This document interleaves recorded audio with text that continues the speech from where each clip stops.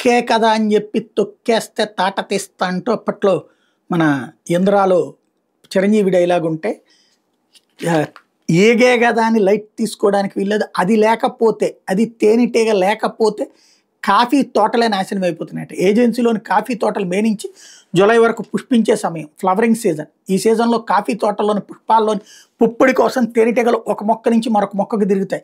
Coffee పుష్పాల్లో పరపరాగ సంపర్కం ద్వారా ఫలదీకరణాన్ని మెరుగుపరిచి గింజల దిగుబడిని పెంచేందుకు కీలక పాత్ర పోషిస్తాయి. తేనెటీగల సంఖ్య తగ్గిపోవడంతో ఫలదీకరణ నెమ్మదించి కాఫీ గింజల ఉత్పత్తి నాణ్యత తగ్గిపోతున్నట్టు నిపుణులు నిర్ధారించారు.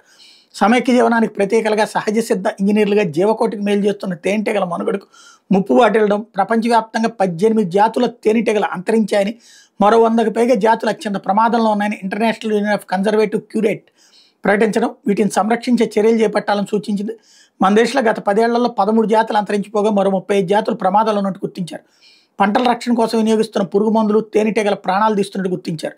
దీంతో పాటు ఆవాస వినాశనం, వ్యాధుల ప్రభావం తదితర పర్యావరణ సమస్యలు తేనెటీగల మనుగడ మీద తీవ్ర ప్రభావం చూపెడుతున్నాయి.